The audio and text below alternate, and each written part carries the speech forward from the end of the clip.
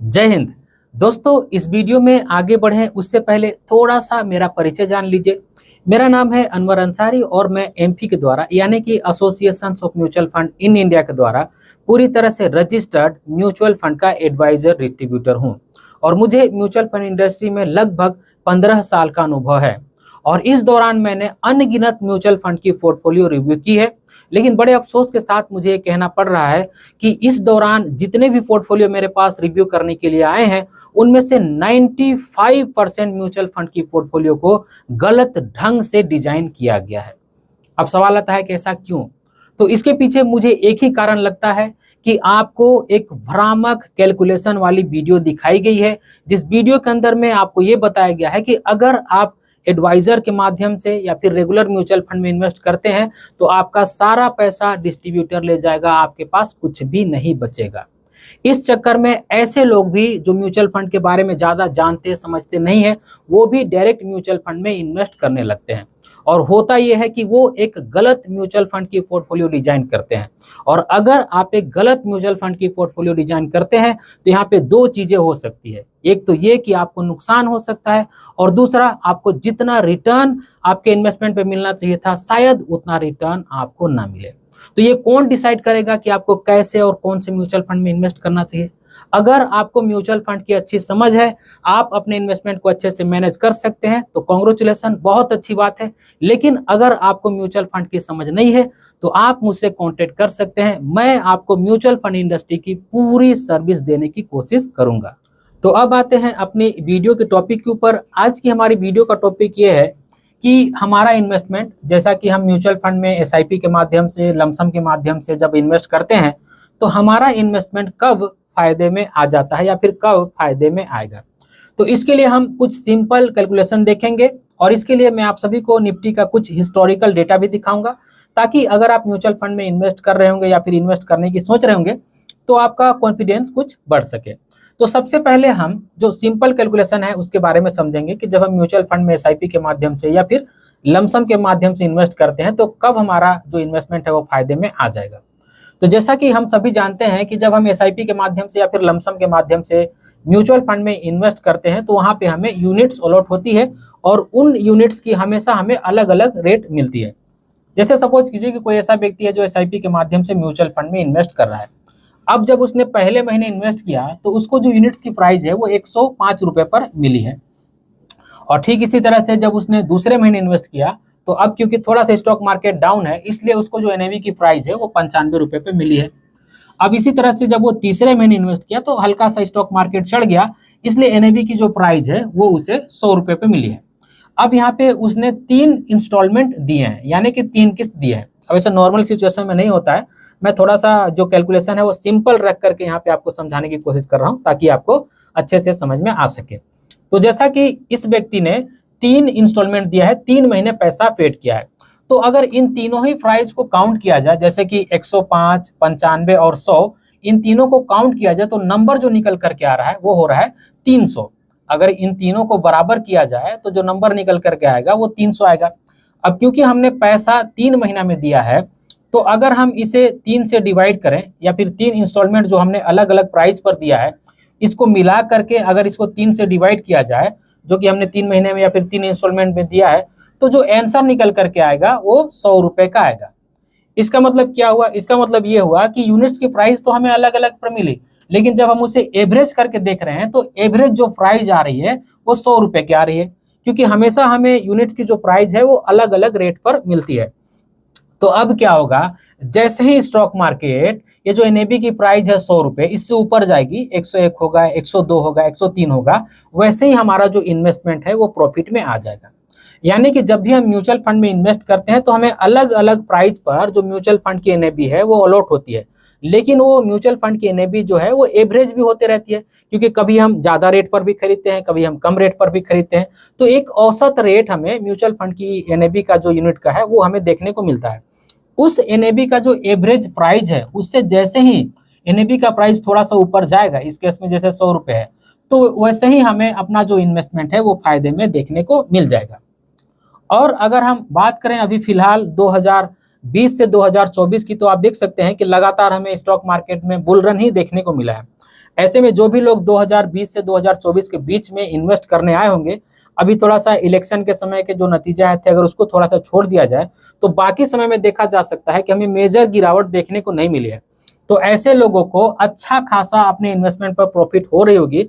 इस तरह की समस्या तो मुझे लगता है कि उनको नहीं देखने को मिली होगी कि उनका इन्वेस्टमेंट जो है वो लॉस में चल रहा है।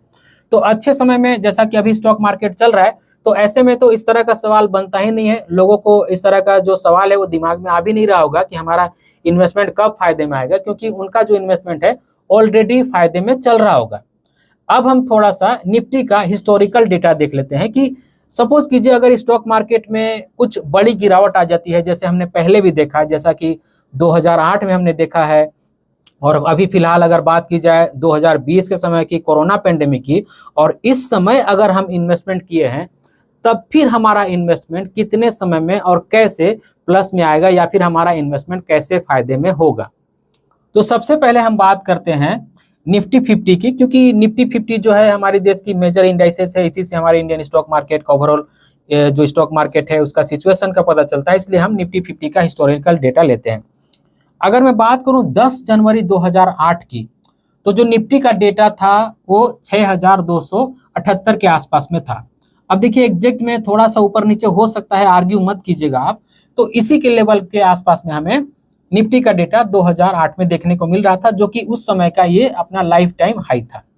और बात की जाए 6 मार्च 2009 की, जब स्टॉक मार्केट में गिरावट हुई थी, तो उस समय हमें जो लेवल देखने को मिला था वो 2576 का, यानी कि ऑलमोस्ट कह सकते हैं कि 1/3 निफ्टी रह गया था। इतनी बड़ी गिरावट हमें देखने को मिली थी। यानी कि अगर देखा जाए तो 12-13 महीने के अंदर में हमें लगभग ये जो निफ्टी है वो 1/3 होते हुए दिख गया था, यानी कि बहुत बड़ी गिरावट हम इसे कह सकते हैं। और फिर अगर बात की जाए 5 नवंबर 2010 की, तो आप देख सकते हैं कि ये जो निफ्टी है वो अपना फिर से दोबारा लाइफ टाइम हाई बनाता है 6321 का, यानी कि जनवरी 2008 में जो लेवल था 6278 का, अब फिर से लगभग आप देख सकते हैं कि 2008 यहाँ पे 2010, तो आप देख सकते हैं कि लगभग 2.5-3 साल का समय हो रहा है। इस दौरान निफ्टी अपना फिर से लाइफ टाइम हाई गेन कर लेती है 6321 का। तो जो भी लोग ऐसे व्यक्ति हैं जो 2008 के टॉप में अपना पैसा लगाए होंगे, एकदम जब हाई चल रहा होगा, लाइफ टाइम हाई पे निफ्टी चल रहा होगा, उस समय अपना पैसा लगाए होंगे और बाद में कोई एवरेजिंग नहीं किया होगा, कोई पैसा नहीं डाला होगा, फिर भी अगर वो 2.5-3 साल के आसपास में पेशेंस रखे होंगे, तो उनका जो इन्वेस्टमेंट है वो प्लस में आ गया होगा। तो 2.5-3 साल का पेशेंस 2008 के समय में लोगों को रखना पड़ा होगा, या फिर जिन लोगों ने रखा होगा उनका इन्वेस्टमेंट जो है वो प्लस में आ गया होगा, क्योंकि जनवरी 2008 में 6278 का लेवल था, और नवंबर 2010 में आप देख सकते हैं 6321 का लेवल था। और इसी तरह से अगर बात की जाए कोरोना पेंडेमिक की, जो गिरावट मुझे लगता है कि ज़्यादातर लोगों को याद होगी, जिसके बारे में ज़्यादातर लोग जानते होंगे और अक्सर बात भी होती है, अगर उस गिरावट की बात की जाए तो जनवरी 2020 में आप देख सकते हैं कि 12,333 के आसपास में निफ्टी ट्रेड कर रही थी, जो कि इसका अगेन लाइफ टाइम हाई था। और यहाँ से गिरावट हमें निफ्टी में देखने को मिलती है, और 23 मार्च 2020 के आसपास में, याद रखिएगा मैं 2020 का ही यहाँ डेटा दिखा रहा हूँ आपको। जनवरी 2020 में 12,333 का लेवल था, और 23 मार्च 2020 को निफ्टी जो है गिर करके 7,945 के लेवल पर पहुंच गया, यानी कि अच्छा खासा यहाँ पे गिरावट हमें देखने को मिल गया। एक बार फिर से बोलूंगा कि हो सकता है कि एग्जैक्ट नंबर यहाँ पे आपको नहीं दिख रहा हो, थोड़ा बहुत एरर होगा, तो उतना इग्नोर कीजिएगा। जनवरी 2020 में 12,333 का लेवल, और 23 मार्च 2020 को 7,945 का लेवल, यानी कि अच्छा खासा गिरावट हमें कोरोना पेंडेमिक के समय में देखने को मिला था।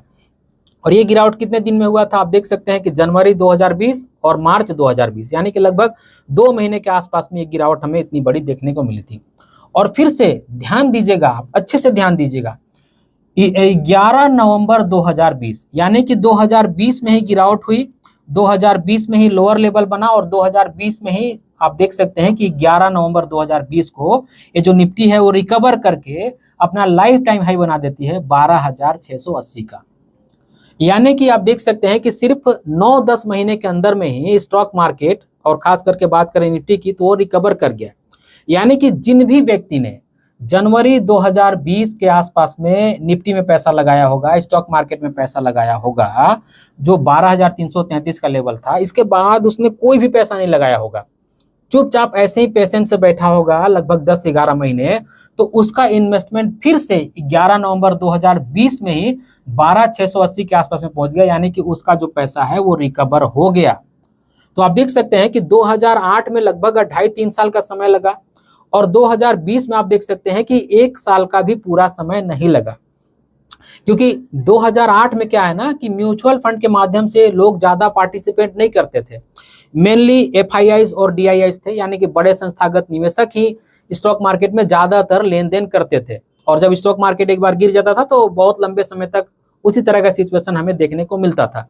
लेकिन अब क्योंकि स्टॉक मार्केट में म्यूचुअल फंड के माध्यम से बहुत सारे लोग इन्वेस्ट करने लगे, तो अब गिरावट का लोग इंतजार करते हैं। जैसे ही गिरावट आती है स्टॉक मार्केट में, तो लोग उसी तरह से पैसा भी डालते हैं, और अब स्टॉक मार्केट जल्दी रिकवर कर जा रहा है। 2020 के सिचुएशन में आप देख सकते हैं कि यहाँ पे लगभग 10-11 महीने का समय लगा है। मुझे उम्मीद है कि अगली बार, ईश्वर न करे ऐसा हो, जब भी गिरावट होगी तो मुझे लगता है कि ये 10-11 महीने से भी कम का समय लगेगा और स्टॉक मार्केट अपना लाइफ टाइम हाई दोबारा से अचीव कर लेगा। क्योंकि अब लोगों को इन्वेस्ट करना है, अब लोग स्टॉक मार्केट के बारे में अवेयर हो गए हैं, अब लोग स्टॉक मार्केट के बारे में जानकार धीरे धीरे हो रहे हैं।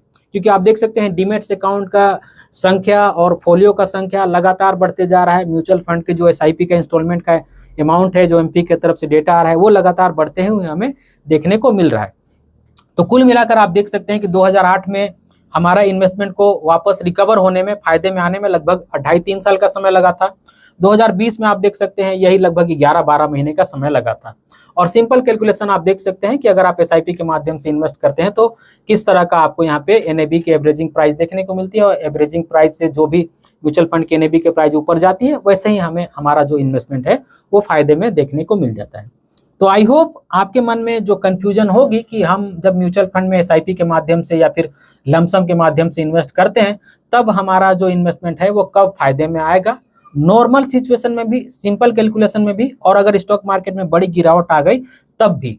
तो आई होप कि इन दोनों ही सवालों का जवाब मैंने देने की कोशिश की। आई होप कि आज की ये वीडियो जो है आप सभी को पसंद आई होगी, और आज का जो कैलकुलेशन है और हिस्टोरिकल डेटा है आप सभी को अच्छी लगी होगी।